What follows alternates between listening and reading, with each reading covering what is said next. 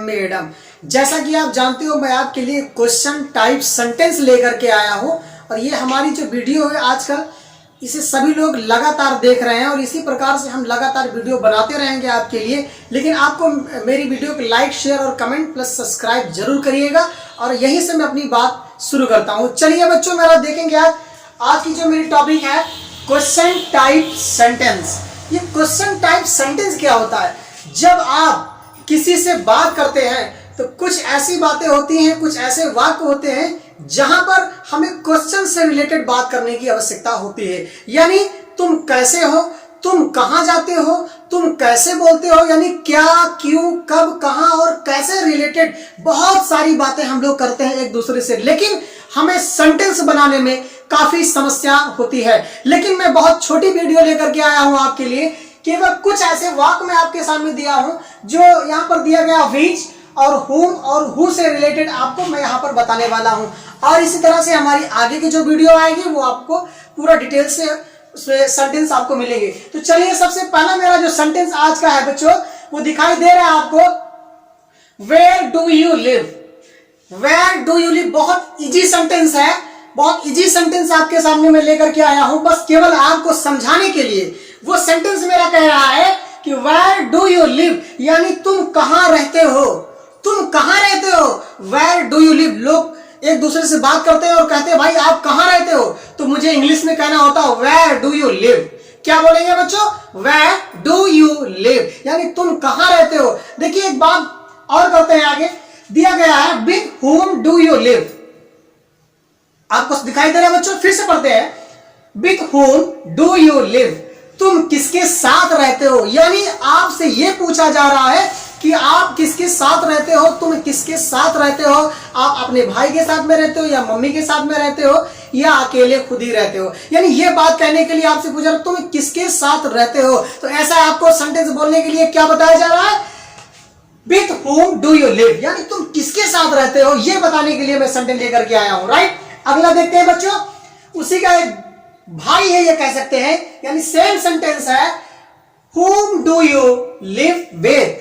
Sentence की बनावट थोड़ा सा चेंज है, there is a different sentence, थोड़ा सेंटेंस अलग अलग है। यानी इसका भी वही मतलब है और इसका भी वही मतलब है, दोनों का मतलब सेम है, both are same, but you will have to think about this sentence, you will have to learn oral of this sentence so that you can speak better English, right? Who do you live? Who do you live with? कैसे बोलेंगे? Who do you live with? यानी तुम किसके साथ रहते हो, चाहे आप ये बोलेंगे और चाहे बोलेंगे with whom do you live, तुम किसके साथ रहते हो, both are same। अगला देखते हैं बच्चों, Who are you looking for? Who are you looking for? ये who are you looking for क्या है बच्चों? Who are you looking for क्या है? यानी तुम किसे ढूंढ रहे हो। देखिए बच्चों लिखा है Who are you looking for? तुम किसे ढूंढ रहे हो। भाई आप किसे ढूंढ रहे हो, आप किसकी तलाश में हैं, ठीक है ना। तो ये मेरा जो सेंटेंस है यहां पर आपको दिखाई दे रहा है Who are you looking for, आप किसे ढूंढ रहे हो, तुम किसे ढूंढ रहे हो। उसका दूसरा सेंटेंस है, उसका भाई है, यू कैन से, आप ये कह सकते हो For whom are you looking?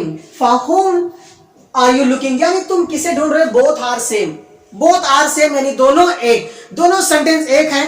आप आसानी से बोल सकते हो, आप आसानी से बोल सकते हो और समझ सकते हो। फिर से दो बोल लेते हैं एक बार, For whom are you looking, तुम किसे ढूंढ रहे हो। यानी मैं इतने स्लो मोशन में इस वजह से बता रहा हूं, इस वजह से पढ़ा रहा हूं ताकि आपको बोलने में आसानी हो जाए। ओके, अगला मेरा सेंटेंस होगा बच्चों, Who is he talking to? बहुत स्मार्ट सेंटेंस है बच्चों।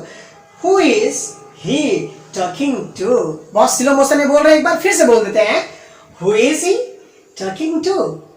यानी वह किससे बात कर रहा है, वह किससे बात कर रहा है ये पूछने के लिए आपके लिए मैं सेंटेंस लेकर के आया हूं। वह किससे बात कर रहा है तो कैसे बोलेंगे बच्चों, देख लेंगे, Who is he talking to? इसका दूसरा सेंटेंस क्या है, देख सकते हैं, To whom is he talking? To whom is he talking? फिर से बोलेंगे, To whom is he talking? इतना स्लो मैं इस वजह से बोल रहा हूं ताकि आपको समझने में आसानी हो जाए, किसी प्रकार की कोई समस्या ना हो कि आप हमारे वीडियो को देखें और सेंटेंस भी आपको समझ में ना आए। तो चलिए फिर से एक बार पढ़ लेते हैं, फिर अगला सेंटेंस बोलते हैं। Who is he talking to?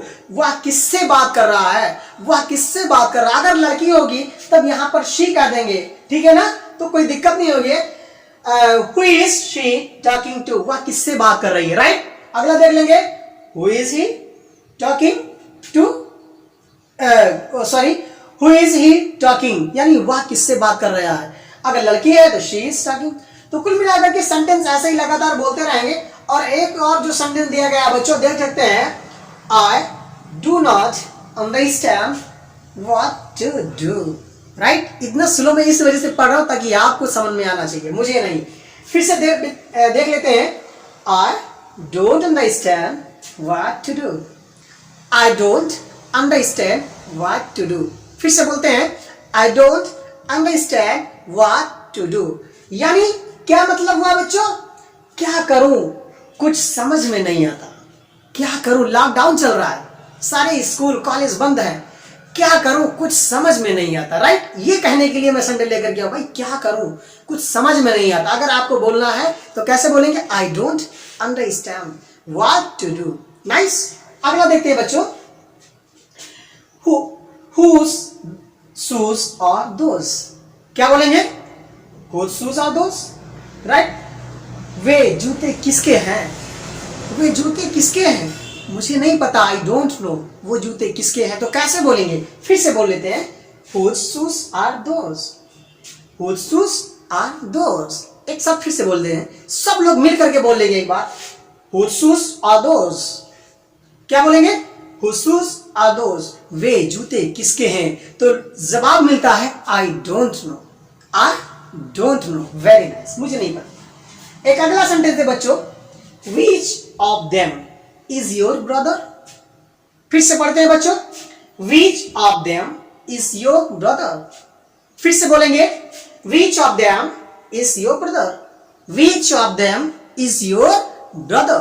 कैसे बोलेंगे, which of them is your brother? nice। फिर से बोलेंगे बच्चों, which of them is your brother? nice। तो यानी जब हम इस तरह से स्लो मोशन में पढ़ते हैं तो आपको समझने में काफी आसानी होती है। तो इसका मतलब क्या होता है बच्चों, उनमें से तुम्हारा भाई कौन है, राइट। तो ये बात कहने के लिए मैं आपके लिए आया हूं, बताने के लिए कि which of them is your brother?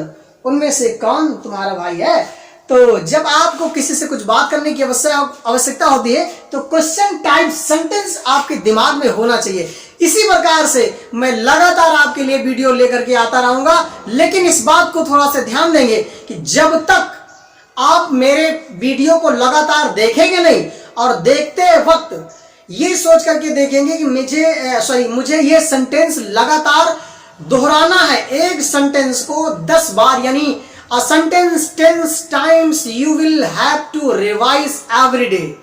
A sentence 10 times you will have to revise every day. May God, ईश्वर ने चाहा, you can success in English. If you don't do as, you cannot success in your life because practice make man perfect. लगातार कोई काम करते हैं तभी आपको वो समझ में आता है, अन्यथा वो काम आने वाला नहीं है। ऐसे लगातार कोशिश करते रहेंगे लेकिन सफलता आप नहीं पा सकते हैं। तो चलिए बच्चों, मैं अपनी वीडियो को यही समाप्त करता हूं। Have a good day, ciao, thank you so very much, bye.